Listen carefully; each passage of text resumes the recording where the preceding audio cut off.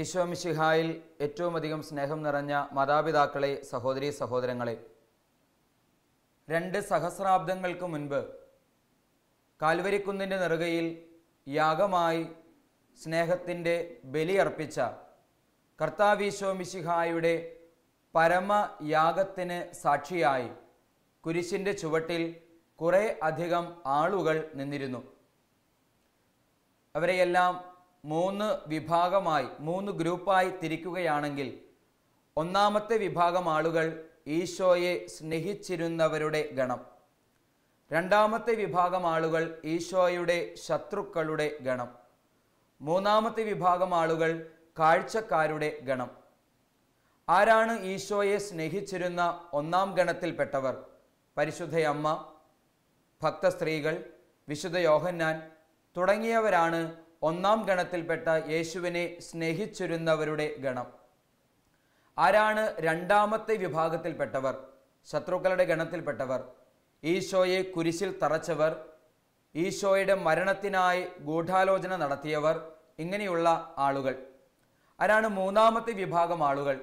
കാഴ്ചക്കാരായി ദൂരെ മാറി നിന്ന് കുരിശുമരണം ഒന്ന് കാണുന്നതിന് വേണ്ടി മാത്രം കടന്നു വന്നവർ.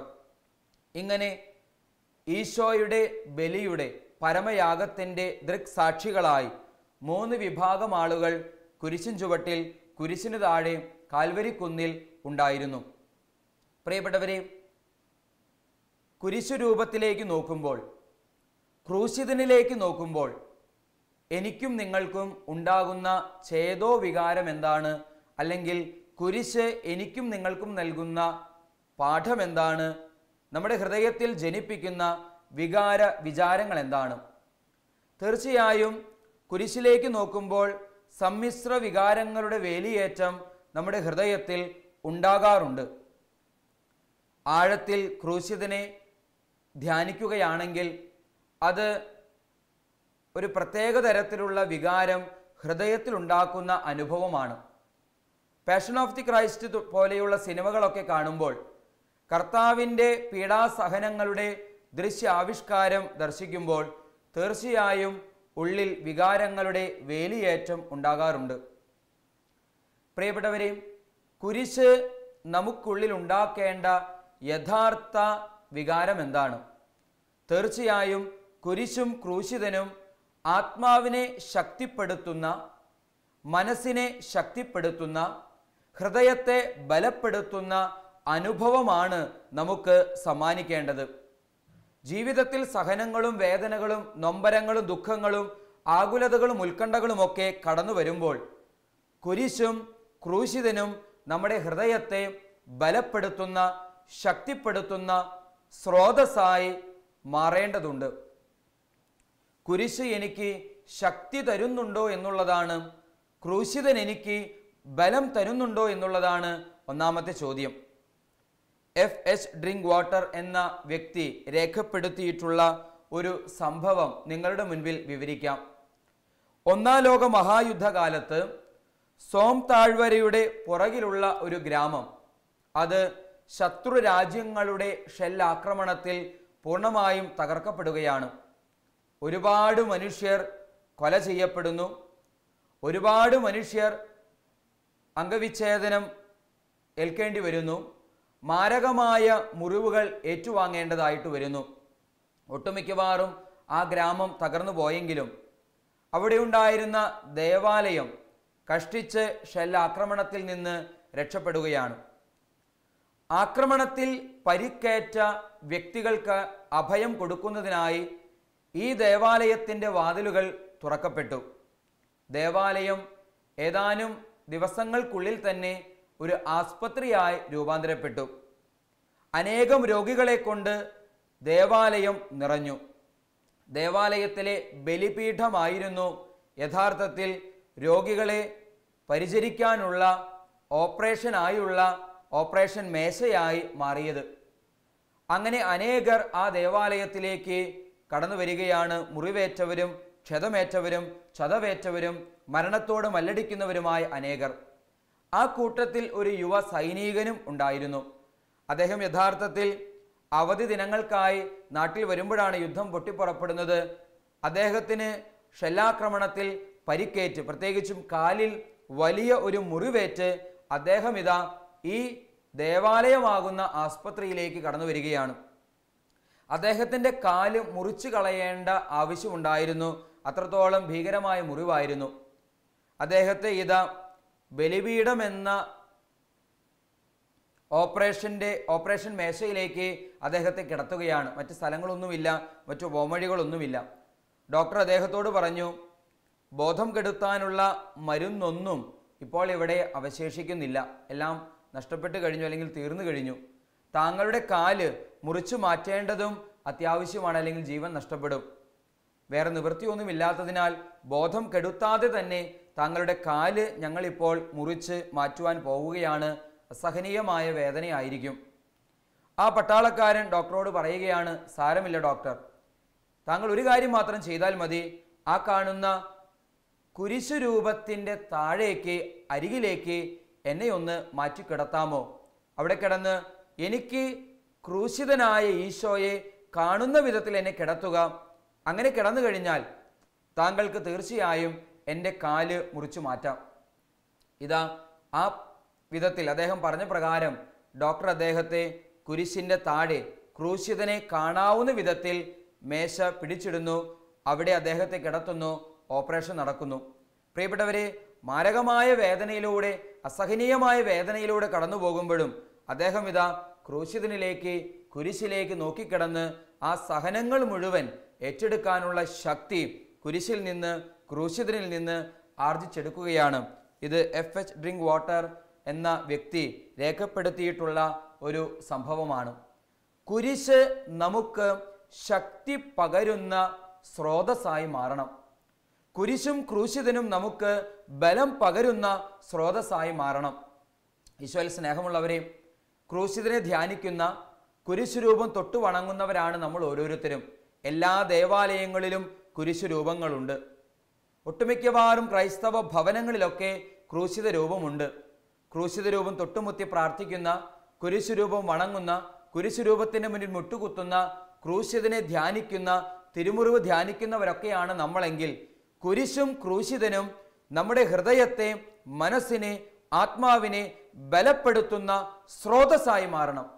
ജീവിതയാത്രയിൽ നമ്മൾ നേരിടുന്ന ഏതു സഹനത്തെയും, ഏത് ദുഃഖത്തെയും, നമ്മൾ അഭിമുഖീകരിക്കുന്ന ഏത് പ്രതിസന്ധിയെയും അതിജീവിക്കാനുള്ള കരുത്തായി, ബലമായി, സ്രോതസ്സായി കുരിശും ക്രൂശിതനും മാറുമ്പോഴാണ് ക്രിസ്തുവിൻ്റെ കുരിശ് എൻ്റെയും നിങ്ങളുടെയും ജീവിതത്തിൽ യഥാർത്ഥത്തിൽ സ്വാധീന ശക്തിയായി, അല്ലെങ്കിൽ അർത്ഥം നൽകുന്ന ഘടകമായി മാറുന്നത്.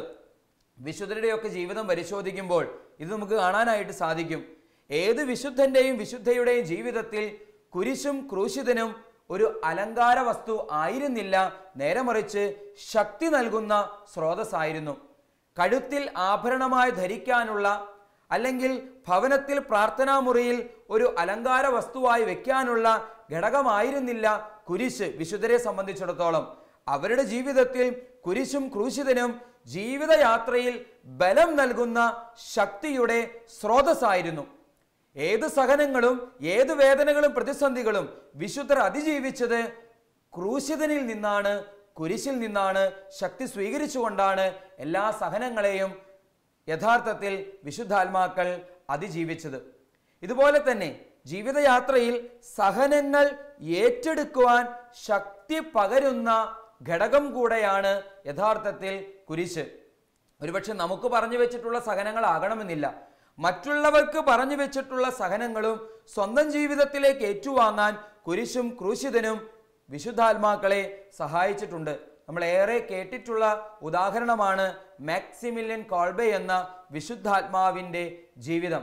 പ്രിയപ്പെട്ടവരെ, പോളണ്ടിലെ ഓഷ്വിറ്റ് തടങ്കൽ പാളയം 40 ലക്ഷത്തിലധികം യഹൂദർ കൂട്ടക്കൊല ചെയ്യപ്പെട്ടിട്ടുള്ള, അല്ലെങ്കിൽ 40 ലക്ഷത്തിലധികം വ്യക്തികൾ കൊല ചെയ്യപ്പെട്ടിട്ടുള്ള ശ്മശാനമാണ് യഥാർത്ഥത്തിൽ ഓഷ്വിറ്റ് തടങ്കൽ പാളയം. പോളണ്ടിലെ ഓഷ്വിറ്റ് തടങ്കൽ പാളയം. അവിടെ അടയ്ക്കപ്പെട്ട ഒരു പോളിഷ് വൈദികനായിരുന്നു യഥാർത്ഥത്തിൽ മാക്സിമിലിയൻ കോൾബെ എന്ന പുരോഹിതൻ. ആ തടങ്കൽ പാളയത്തിൽ ഒരു ദിവസം ഒരു മനുഷ്യൻ ജയിൽ ചാടി, ആരും അറിയാതെ ജയിൽ ചാടി രക്ഷപ്പെടുകയാണ്. അങ്ങനെ ആരെങ്കിലും ഒരാൾ ആ ജയിലിൽ നിന്ന് രക്ഷപ്പെട്ടാൽ അതിന് പകരമായി 10 പേരെ നറുക്കിട്ടെടുക്കും, അവരെ മുഴുവൻ കൊന്നുകളയും. ഒരു വ്യക്തി തടങ്കൽ പാളയത്തിൽ നിന്ന് ആരുമറിയാതെ രക്ഷപ്പെട്ടപ്പോൾ 10 പേരെ നറുക്കിട്ടെടുക്കുകയാണ്, അവരെ കൊന്നുകളയാൻ, പട്ടിണിക്കിട്ട് കൊല്ലുന്നതിന് വേണ്ടി. അതിലൊരാൾ വാവിട്ട് നിലവിളിക്കുകയാണ്, തന്നെ കൊല്ലരുതേ എന്ന് അപേക്ഷിക്കുകയാണ്.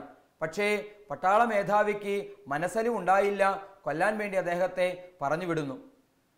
ആ സമയത്ത് ഇതാ ഈ മാക്സിമിലിയൻ കോൾബെ എന്ന പുരോഹിതൻ പട്ടാള മേധാവിയുടെ മുൻപിൽ വന്നു നിന്നിട്ട് പറയുന്നു, അദ്ദേഹത്തിന് പകരം ഞാൻ മരിക്കാം, അദ്ദേഹത്തിന് പകരം ഞാൻ മരിക്കാം.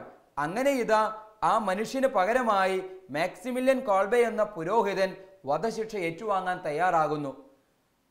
മാക്സിമിലിയൻ കോൾബെ എന്ന പുരോഹിതൻ ഉൾപ്പെടെ 10 പേരെ തടങ്കലിൽ അടയ്ക്കുകയാണ്, പട്ടിണിക്കിട്ട് കൊല്ലാൻ വേണ്ടി വിധിക്കുകയാണ്. 9 പേർ മരിച്ചിട്ടും പട്ടിണി കിടന്നിട്ടും ഇതാ ഈ കോൾബെ എന്ന പുരോഹിതൻ മാത്രം മരിച്ചില്ല. അവസാനം അദ്ദേഹത്തെ വിഷം കുത്തിവെച്ച് കൊല്ലുകയാണ്. സ്നേഹിതന് വേണ്ടി ജീവൻ അർപ്പിക്കുന്നതിനേക്കാളും വലിയ സ്നേഹമില്ല എന്ന ക്രിസ്തുവിൻ്റെ വചനത്തെ ജീവിതത്തിൽ സ്വീകരിച്ച്, കുരിശിൽ നിന്നും ക്രൂശിതനിൽ നിന്നും ശക്തി സ്വീകരിച്ച് മരണത്തിന് വിധേയപ്പെടാൻ തയ്യാറാകുന്ന വിശുദ്ധാത്മാവ് മാക്സിമിലിയൻ കോൾബെ. ഈശോയിൽ പ്രിയപ്പെട്ടവരെ, ഓർക്കുക, കുരിശും ക്രൂശിതനും നമ്മെ ബലപ്പെടുത്തുന്ന, ശക്തിപ്പെടുത്തുന്ന, ത്യാഗങ്ങളും സഹനങ്ങളും ഏറ്റുവാങ്ങുവാൻ സഹായിക്കുന്ന ശക്തിയുടെ സ്രോതസ്സായി, ഉറവിടമായി തീർച്ചയായും മാറണം. Ernest Gordon miracle on the river Kwai എന്ന ഗ്രന്ഥത്തിൽ, പുസ്തകത്തിൽ പറയുന്ന ഒരു സംഭവമുണ്ട്. അത് പ്രകാരമാണ്: ഒരു ജപ്പാൻ ഗാർഡ് അദ്ദേഹത്തിൻ്റെ കീഴിലുള്ള തടവ് പുള്ളികളെ മുഴുവൻ ഒരു റെയിൽവേയിൽ പണിയെടുപ്പിക്കുകയാണ്, റെയിൽവേ സ്റ്റേഷനിൽ പണിയെടുപ്പിക്കുകയാണ്. പണിയെല്ലാം കഴിഞ്ഞ് അവസാനം പണിയായുധങ്ങൾ മുഴുവൻ എണ്ണി നോക്കുമ്പോൾ ഒരു മൺകോരി കാണാനില്ല എന്ന് മനസ്സിലായി. അദ്ദേഹം ഇതാ അലറി ഗർജിച്ച് ചോദിക്കുകയാണ്, ആരാണ് മൺകോരി ഒളിപ്പിച്ചു വെച്ചിട്ടുള്ളത് അല്ലെങ്കിൽ മോഷ്ടിച്ചിട്ടുള്ളത്? താപ്പ് കിട്ടിയാൽ, തരം കിട്ടിയാൽ, പിന്നീട് എപ്പോഴെങ്കിലും ആ മൺകോരി വിറ്റ് കാശാക്കാൻ വേണ്ടി ആരോ ഒരാൾ അത് ഒളിപ്പിച്ചു വെച്ചിരിക്കുന്നുവെന്ന് ഗാർഡിന് മനസ്സിലായി. ചോദിക്കുകയാണ്, ആരാണെങ്കിലും മുന്നോട്ട് വരിക. ആരും മിണ്ടിയില്ല, എല്ലാവരും തല കുമ്പിട്ട് നിന്നു.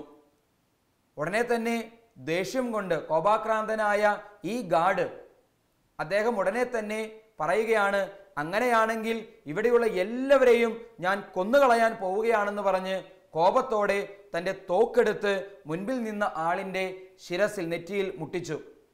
അദ്ദേഹം തീർച്ചയായും അവിടെയുള്ള എല്ലാവരെയും കൊല്ലുമെന്ന് അവർക്ക് മനസ്സിലായി. ഉടനെ തന്നെ ആ കൂട്ടത്തിൽ നിന്ന് ഒരാൾ പെട്ടെന്ന് മുന്നോട്ട് വന്ന്, ദയവായി അദ്ദേഹത്തെ കൊല്ലരുത്, ഞാനാണ് മൺവെട്ടി മാറ്റിയത്, എന്നോട് ക്ഷമിക്കണമെന്ന് പറഞ്ഞ് മുന്നിൽ നിന്നു. കോപാക്രാന്തനായ ഈ ഗാർഡ് തോക്കിൻ്റെ പാത്തി കൊണ്ട് അതിക്രൂരമാം വിധത്തിൽ ഈ മനുഷ്യനെ തല്ലിച്ചതച്ച് കൊന്നുകളയുകയാണ്. ആ മനുഷ്യൻ മരിച്ചിട്ടും കലിയടങ്ങാതെ വീണ്ടും വീണ്ടും വീണ്ടും വീണ്ടും അദ്ദേഹത്തെ ക്രൂരമാം വിധത്തിൽ പ്രഹരിക്കുകയാണ്. ആ സാധു മനുഷ്യൻ മരിച്ചു. പ്രിയപ്പെട്ടവരെ, അവസാനം ബാക്കിയുള്ള എല്ലാ സഹതടവുകാരും ഈ മനുഷ്യൻ്റെ മൃതദേഹം തോളിലേറ്റി ഇദ്ദേഹത്തോട് ഒപ്പം, ആ മൃതദേഹത്തോടൊപ്പം അവിടെ ഉണ്ടായിരുന്ന പണിയായുധങ്ങളെല്ലാം ശേഖരിച്ച് ഇതാ ക്യാമ്പിലേക്ക് യാത്രയാകുന്നു. ക്യാമ്പിൽ ചെന്ന് മൺകോരികളും മറ്റ് ഉപകരണങ്ങളുമൊക്കെ എണ്ണി തിട്ടപ്പെടുത്തി അവിടെ ഏൽപ്പിക്കണം. അങ്ങനെ എണ്ണി തിട്ടപ്പെടുത്തുമ്പോൾ അവർക്ക് മനസ്സിലായി മൺകോരികളൊന്നും നഷ്ടപ്പെട്ടിട്ടില്ലായിരുന്നു. യഥാർത്ഥത്തിൽ ആ ഗാർഡിന് എണ്ണിയപ്പോൾ തെറ്റുപറ്റിയതാണ്. മൺകോരികളൊന്നും നഷ്ടപ്പെട്ടിട്ടില്ലായിരുന്നു. പിന്നെ എന്തുകൊണ്ടാ ആ മനുഷ്യൻ മുന്നോട്ട് വന്ന് ഞാനാണ് മൺകോരി മാറ്റിയത്, മോഷ്ടിച്ചത് എന്ന് പറയാനുള്ള കാരണം മറ്റൊന്നുമല്ല, അല്ലെങ്കിൽ എല്ലാവരെയും കൊന്നുകളയുമെന്ന് മനസ്സിലാക്കി അദ്ദേഹം സ്വയം ശിക്ഷയേൽക്കാൻ, ആരും തെറ്റ് ചെയ്തിട്ടില്ല എങ്കിലും എല്ലാവരും മരിക്കാതിരിക്കാൻ, മറ്റുള്ളവർ മരിക്കാതിരിക്കാൻ സ്വയം ശിക്ഷ ഏറ്റുവാങ്ങാൻ, മരണം ഏറ്റുവാങ്ങാൻ ആ തടവുപുള്ളി മുന്നോട്ട് വന്നതായിരുന്നു. ബാക്കിയുള്ള തടവുകാരൊക്കെ തങ്ങളുടെ സഹതടവുകാരനെ കുറിച്ച് ഓർത്ത് വാവിട്ട് നിലവിളിക്കുകയാണ്. പ്രിയപ്പെട്ടവരെ, ഓർക്കുക, ഈശോ പറഞ്ഞ വചനം, സ്നേഹിതന് വേണ്ടി ജീവൻ ബലി കഴിക്കുന്നതിനേക്കാളും വലിയ സ്നേഹമില്ല. സ്നേഹിതന് വേണ്ടി ജീവൻ ബലി അർപ്പിക്കുന്നതിനേക്കാളും വലിയ സ്നേഹമില്ല. കുരിശും ക്രൂശിതനും നമുക്ക് നൽകുന്ന ഏറ്റവും വലിയ പാഠവും അതോടൊപ്പം നമ്മുടെ ഹൃദയത്തിലും മനസ്സിലും ആത്മാവിലും നൽകുന്ന ശക്തിയും പ്രചോദനവും യഥാർത്ഥത്തിൽ ഇതാണ്. സഹനങ്ങൾ ഏറ്റെടുക്കാൻ, പ്രത്യേകിച്ചും നമുക്ക് അർഹതയില്ലാത്ത സഹനങ്ങൾ പോലും മറ്റുള്ളവർക്കായി മോചന ദ്രവ്യമായി ജീവിതം മാറുന്നതിനെ ഏറ്റെടുക്കാൻ നമുക്ക് ശക്തി നൽകുന്ന ശക്തിയുടെ സ്രോതസ്സാണ്, ഉറവിടമാണ് കുരിശും ക്രൂശിതനും. ഇതുപോലെ തന്നെ മറ്റൊരു സംഭവം മദർ മരിയായുടെ ജീവിതത്തിൽ നടന്നൊരു സംഭവമാണ്. 1917 ഒക്ടോബർ വിപ്ലവകാലത്ത് റഷ്യയിൽ നിന്ന് ഒരു കത്തോലിക്ക കന്യാസ്ത്രീ അവിടെ നിന്ന് ഓടി രക്ഷപ്പെടുകയാണ് ഫ്രാൻസിലേക്ക്. ഫ്രാൻസിൽ തൻ്റെ ജീവിതം ഏകദേശം 20 വർഷത്തിലധികം നാൾ പാവപ്പെട്ടവർക്ക് വേണ്ടി, ആരോരുമില്ലാത്തവർക്ക് വേണ്ടി ഈ സിസ്റ്റർ ജീവിതം സമർപ്പിച്ചു, ജീവിതം ഒഴിഞ്ഞു വെച്ചു. അങ്ങനെ 10-23 വർഷങ്ങൾക്ക് ശേഷം 1940 ഫ്രാൻസ് നാസി ഭരണത്തിൻ്റെ കീഴിൽ അമർന്നു പോവുകയാണ്. നാസി ഭരണത്തിൻ്റെ കീഴിൽ, നാസി പടയുടെ പ്രത്യേകത നമുക്കറിയാം, യഹൂദരുടെ അന്ധമായ വിരോധമാണ്. യഹൂദരെ മുഴുവൻ കണ്ടെത്തി വധിക്കുകയും തടങ്കൽ പാളയങ്ങളിൽ അടയ്ക്കുകയും അതിക്രൂരമാം വിധത്തിൽ ഗ്യാസ് ചേമ്പറിൽ അടച്ച് കൊന്നുകളയുകയും ചെയ്യുകയാണ്. അങ്ങനെ നാസികൾ ഇതാ യഹൂദരെ കൂട്ടക്കൊല ചെയ്യുമ്പോൾ ഈ മദർ മരിയ സാധിക്കുന്നിടത്തോളം യഹൂദർക്ക് അഭയം കൊടുക്കുകയാണ്, രഹസ്യമായി സംരക്ഷിക്കുകയാണ്. തൻ്റെ കോൺവെന്റിലും താൻ ശുശ്രൂഷ ചെയ്യുന്ന ഇടങ്ങളിലും ഈ യഹൂദർക്ക് അഭയം കൊടുത്ത് സംരക്ഷണം കൊടുത്ത് നാസിപ്പടയുടെ ക്രൂരമായ മർദ്ദനങ്ങളിൽ നിന്നും ശിക്ഷകളിൽ നിന്നും രക്ഷിക്കുന്നതിന് വേണ്ടി, യഹൂദരെ രക്ഷിക്കുന്നതിന് വേണ്ടി സാധിക്കുന്നിടത്തോളം അഭയം കൊടുക്കുന്ന മദർ മരിയ. ഈ വിവരമറിഞ്ഞ് എങ്ങനെയോ നാസിപ്പട ഈ വിവരമറിഞ്ഞ് മദർ മരിയയെ പിടിച്ച് അറസ്റ്റ് ചെയ്ത് മദർ മരിയയെയും കൊല്ലാൻ വേണ്ടി ജയിലിൽ അടയ്ക്കുകയാണ്. ജയിലിൽ അടയ്ക്കപ്പെടുന്ന എല്ലാ വ്യക്തികളും തീർച്ചയായും ഏതെങ്കിലും ദിവസങ്ങളിൽ വധിക്കപ്പെടും. ഗ്യാസ് ചേമ്പറിൽ അടച്ച് വധിക്കപ്പെടും. അങ്ങനെ വധിക്കാൻ വേണ്ടി കൊണ്ടുവന്ന ആ ജയിലിൽ അടയ്ക്കപ്പെട്ട വ്യക്തികൾക്കിടയിൽ ഒരു പാവപ്പെട്ട പെൺകുട്ടി ഉണ്ടായിരുന്നു. ഒരു ദിവസം ഇങ്ങനെ വ്യക്തികളെ ഇങ്ങനെ തെരഞ്ഞെടുത്ത് കൂട്ടമായി ഏതാനും ചില വ്യക്തികളെ തെരഞ്ഞെടുത്ത് ഓരോ ദിവസവും ഗ്യാസ് ചേമ്പറിൽ അടയ്ക്കും, അവരെ കൊന്നുകളയും. അങ്ങനെ ഒരു ദിവസം തെരഞ്ഞെടുക്കപ്പെട്ട വ്യക്തികളിൽ ഈ പാവം പെൺകുട്ടി ഉണ്ടായിരുന്നു. അവൾ ഭയന്ന് വിറച്ച്, മരണത്തെ മുൻപിൽ കണ്ട് ഭയന്ന് വിറച്ച് നിലവിളിച്ച്, ആകെ സങ്കടപ്പെടുമ്പോൾ ഭയന്ന് വിറച്ച് നിലവിളിക്കുമ്പോൾ മദർ മരിയ മുന്നോട്ട് വന്ന് ഈ കുഞ്ഞിനോട് പറഞ്ഞു, മോളെ നീ പേടിക്കേണ്ട, ഇന്ന് നിനക്ക് പകരം ഞാൻ മരിക്കാമെന്ന്. പ്രിയപ്പെട്ടവരെ, ആ കുഞ്ഞിനെ മാറ്റി നിർത്തി കുഞ്ഞിന് പകരമായ, പെൺകുട്ടിക്ക് പകരമായി മദർ മരിയ മുന്നോട്ട് വരുന്നു. സത്യത്തിൽ അന്നത്തെ ദിവസം മരിക്കേണ്ട വ്യക്തി ആയിരുന്നില്ല മദർ മരിയ. ഓരോ ദിവസവും തിരഞ്ഞെടുക്കപ്പെട്ട വ്യക്തികളാ മാത്രമേ മരിക്കേണ്ടതുള്ളൂ. അന്ന് തിരഞ്ഞെടുക്കപ്പെട്ട വ്യക്തി ആയിരുന്നില്ല മദർ മരിയ. എങ്കിലും ആ പെൺകുട്ടി ഭയന്ന് വിറച്ച് നിലവിളിക്കുന്നത് കണ്ടപ്പോൾ അവൾക്ക് പകരമായി മരിക്കാൻ മദർ മരിയ മുന്നോട്ട് വരുന്നു. അങ്ങനെ മറ്റുള്ളവരോടൊപ്പം ഗ്യാസ് ചേമ്പറിലേക്ക് മരണത്തിൻ്റെ വാതിൽ തുറന്ന്, ജീവിതത്തിൽ നിന്ന് മരണത്തിലേക്ക് ഗ്യാസ് ചേമ്പറിൻ്റെ വാതിൽ തുറന്ന് യാത്രയാകുന്ന മദർ മരിയ. പ്രിയപ്പെട്ടവരെ, ഓർക്കുക, വിശുദ്ധ ഗ്രന്ഥത്തിലെ വചനം സ്നേഹിതർക്ക് വേണ്ടി ജീവൻ അർപ്പിക്കുന്നതിനേക്കാളും വലിയ സ്നേഹമില്ല. സ്നേഹിതന് വേണ്ടി ജീവൻ അർപ്പിക്കുന്നതിനേക്കാളും വലിയ സ്നേഹമില്ല. മനസ്സിലാക്കുക, കുരിശും ക്രൂശിതനും നൽകുന്ന ശക്തിയാണ് ഇവരെയൊക്കെ ഇതിന് പ്രേരിപ്പിക്കുന്ന ചേതോവികാരം. നമ്മുടെ എല്ലാവരുടെയും ജീവിതത്തിൽ വലിയ സഹനങ്ങളും ദുഃഖങ്ങളും പ്രതിസന്ധികളും ഒക്കെ നമ്മൾ അഭിമുഖീകരിക്കാറുണ്ട്. ഓർക്കുക പ്രിയപ്പെട്ടവരെ, നമ്മെ അതിനൊക്കെ പ്രാപ്തമാക്കുന്നത് യഥാർത്ഥത്തിൽ കുരിശും ക്രൂശിതനുമാണ്. കുരിശിനെ ആഴത്തിൽ ധ്യാനിക്കുമ്പോൾ, ക്രൂശിതനെ ആഴത്തിൽ ധ്യാനിക്കുമ്പോൾ, കർത്താവ് കടന്നുപോയ സഹനങ്ങളെയും ദുഃഖങ്ങളെയും വേദനകളെയും നൊമ്പരങ്ങളെയും ഒക്കെ നമ്മൾ ധ്യാനിക്കുമ്പോൾ അത് തീർച്ചയായും നമ്മുടെ ജീവിതയാത്രയിൽ നമുക്ക് ബലം പകരുന്ന, ശക്തി പകരുന്ന അനുഭവമായി മാറണം. അനുദിന ജീവിതത്തിൽ നമ്മൾ കടന്നു പോകുന്ന സഹനങ്ങളും ദുഃഖങ്ങളും വേദനകളും നൊമ്പരങ്ങളുമൊക്കെ ഏറ്റെടുക്കാൻ നമുക്ക് ശക്തി നൽകുന്നത് കുരിശും ക്രൂശിതനുമാണ്. അനുദിന ജീവിതത്തിൽ നമ്മൾ കടന്നു പോകുന്ന നൊമ്പരങ്ങളെ, ഉത്കണ്ഠകളെയൊക്കെ അതിജീവിക്കാൻ നമുക്ക് ശക്തി നൽകുന്നത് കുരിശും ക്രൂശിതനുമാണ്. എത്രയോ ഉദാഹരണങ്ങൾ വിശുദ്ധരുടെ ജീവിതത്തിൽ നിന്ന് മനസ്സിലാക്കാനായിട്ട് സാധിക്കും. എത്രയോ ഉദാഹരണങ്ങൾ നമ്മുടെ ചുറ്റുവട്ടത്തൊക്കെ ഉണ്ട് പ്രിയപ്പെട്ടവരെ. ഇങ്ങനെ കുരിശിൽ നിന്നും ക്രൂശിതനിൽ നിന്നും ശക്തി സ്വീകരിച്ച് ജീവിതത്തെ മുന്നോട്ട് കൊണ്ടുപോകുന്നവർ. ഞാൻ കേട്ടിട്ടുള്ള ഒരു സംഭവമുണ്ട്. ഞാൻ ഇതിനു മുമ്പ് ഇതുപോലെ വചന സന്ദേശത്തിൽ പങ്കുവെച്ചിട്ടുള്ള ഒരു സംഭവം തന്നെയാണ്. പ്രിയപ്പെട്ടവരെ, ഒരു ഇടവക ദേവാലയത്തിൽ ധ്യാനിപ്പിച്ച അച്ഛനും അൽമായ സഹോദരനും കൂടെ ധ്യാനമില്ലാത്ത സമയങ്ങളിൽ ആ ഇടവകയിലെ ഭവനങ്ങൾ സന്ദർശിക്കും. അങ്ങനെ ഭവനങ്ങൾ സന്ദർശിച്ച കൂട്ടത്തിൽ ഒരു ഭവനത്തിലേക്ക് കയറുന്നതിന് മുൻപ് വികാരിയച്ഛനും കൂടെ വന്ന ആളുകളും പറഞ്ഞു, ഈ വീട്ടിലെ അവസ്ഥ വളരെ കഷ്ടമാണ്. ഇവിടെയുള്ള ഒരു പാവപ്പെട്ട അമ്മ, ആ ഭവനത്തിലെ വീട്ടമ്മ ഒരു പാവപ്പെട്ട സ്ത്രീയാണ്. ഭർത്താവാണെങ്കിൽ കുടിയൻ മദ്യപാനി. ക്രൂരമായ വിധത്തിൽ ഈ പാവം അമ്മയെ തല്ലിച്ചതയ്ക്കും. മകനും ഇതുപോലെ തന്നെ വളരെ തോന്നിയ പോലെയൊക്കെയുള്ള ജീവിതം നയിക്കുന്ന വ്യക്തിയാണ്.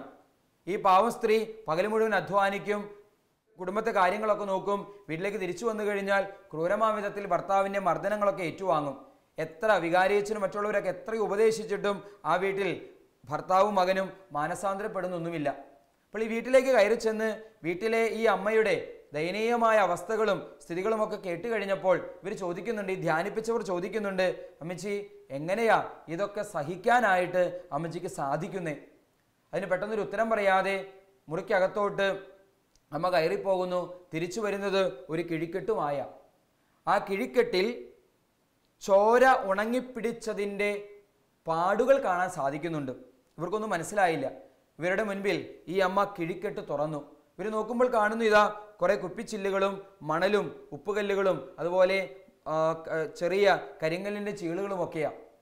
ആ സ്ത്രീ അത് അവരുടെ മുൻപിൽ വിരിച്ചു.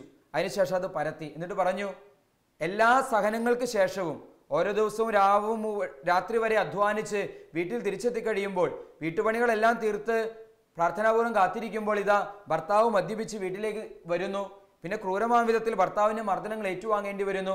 എല്ലാം കഴിഞ്ഞ് അർദ്ധരാത്രി ആകുമ്പോഴേക്ക് ഇതാ ഈ സ്ത്രീ ചെയ്യുന്ന കാര്യമുണ്ട്. എല്ലാവരും ഉറങ്ങിക്കഴിയുമ്പോൾ തിരുഹൃദയനാഥൻ്റെ തിരുസ്വരൂപത്തിൻ്റെ മുൻപിൽ, ക്രൂശിത രൂപത്തിൻ്റെ മുൻപിൽ ഈ തുണിക്കെട്ട് വിരിക്കും. എന്നിട്ട് അതിലുള്ള കുപ്പിച്ചില്ലും മണലും മണ്ണും കല്ലുമൊക്കെ അവിടെ ഇങ്ങനെ ആ തുണിയിൽ ഇങ്ങനെ പരത്തും. അതിനുശേഷം അതിൻ്റെ മുകളിൽ മുട്ടുകുത്തി നിൽക്കും.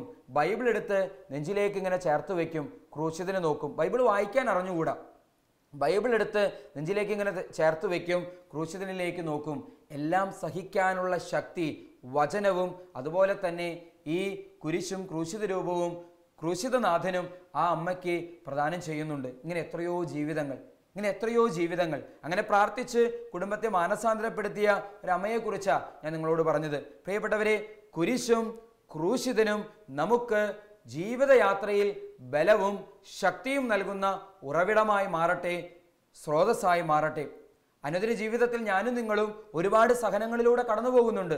രോഗങ്ങളാകാം, ദാരിദ്ര്യമാകാം, ഒരുപക്ഷേ വിവാഹം കഴിഞ്ഞ് വർഷങ്ങൾ ഒത്തിരിയായിട്ടും കുഞ്ഞുങ്ങളില്ലാത്ത സങ്കടമാകാം, ഒരുപക്ഷേ ജോലിയില്ലാത്ത വിഷമമാകാം, വിസ തടസ്സം, യാത്രാ തടസ്സം, തൊഴിൽ തടസ്സം, വീടില്ലാത്ത അവസ്ഥ, വസ്തു വിൽപ്പന സാധിക്കാത്ത അവസ്ഥ, അതല്ലെങ്കിൽ അയൽപക്കങ്ങളിൽ നിന്നൊക്കെ ഉണ്ടാകുന്ന ബുദ്ധിമുട്ടുകൾ, അതിർത്തി തർക്കങ്ങൾ, കേസുകൾ, ഇങ്ങനെ പല പ്രകാരത്തിൽ പ്രതിസന്ധികളിലൂടെ, പ്രയാസങ്ങളിലൂടെ, വേദനകളിലൂടെ, സഹനങ്ങളിലൂടെ, നൊമ്പരങ്ങളിലൂടെ, ഉത്കണ്ഠകളിലൂടെ കടന്നു പോകുന്നവരാണ് നാം. മനസ്സിലാക്കുക പ്രിയപ്പെട്ടവരെ, കുരിശ് നമുക്ക് ശക്തിയായി മാറട്ടെ. ക്രിസ്തുവിൻ്റെ കുരിശ് നമുക്ക് ശക്തി പകരുന്ന സ്രോതസ്സായി മാറട്ടെ. ക്രൂശിതനായ ഈശോ നമുക്ക് ശക്തി നൽകുന്ന, ബലം നൽകുന്ന ഉറവിടമായി, സ്രോതസ്സായി മാറട്ടെ. അതിനുവേണ്ടി പ്രാർത്ഥിച്ചുകൊണ്ട് ആശംസിച്ചുകൊണ്ട് ക്രൂശിതൻ നമ്മെ അനുഗ്രഹിക്കട്ടെ എന്ന് ആശംസിച്ചുകൊണ്ട് നിർത്തുന്നു. പിതാവിൻ്റെയും പുത്രൻ്റെയും പരിശുദ്ധാത്മാവിൻ്റെയും നാമത്തിൽ ആമേൻ.